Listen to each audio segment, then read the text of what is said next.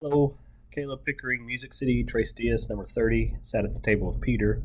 I signed up to talk to you today about the subject give up.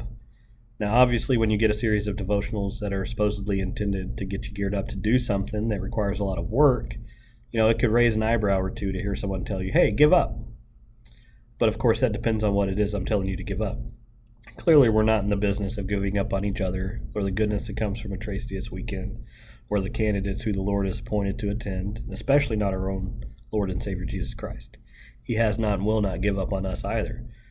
But if we might use the metaphor of getting ready for a prize fight or perhaps getting ready for a race, there's absolutely things that have to be given up to prepare for such things.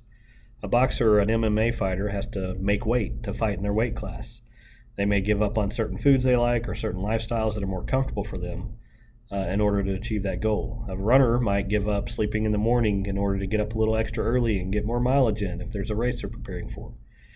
Too much extra stuff weighs you down and makes you less effective. This is biblical. Hebrews 12:1 and 2 says the following: Therefore, since we also have such a large cloud of witnesses surrounding us, let us lay aside every hindrance and the sin that so easily ensnares us. Let us run with endurance the race that lies before us, keeping our eyes on Jesus, the pioneer and perfecter of our faith. For the joy that lay before him, he endured the cross, despising the shame, and sat down at the right hand of the throne of God. This uses the metaphor of a race to talk about the endurance that is required to walk the Christian walk. To be a bit lighter, to make weight, to run a little easier, we are to cast off the sin that easily entangles into every hindrance, everything that weighs us down. Sin is easy enough. If you're living in or engaged in secret sin, you need to get that figured out now. Stop. Get a brother you trust.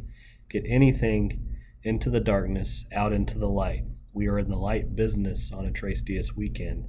We cannot be bringing in our own darkness. But focus also on every hindrance, everything that weighs you down. Everything that weighs you down is not necessarily a sin. Just because something isn't a sin, though, doesn't mean it won't make you less effective to minister to these candidates. So what is something, not necessarily sin, that is weighing you down? Something that is consuming your time, your talents, your treasures, or your thoughts that's not drawing you nearer to Christ. Maybe it's time to give it up.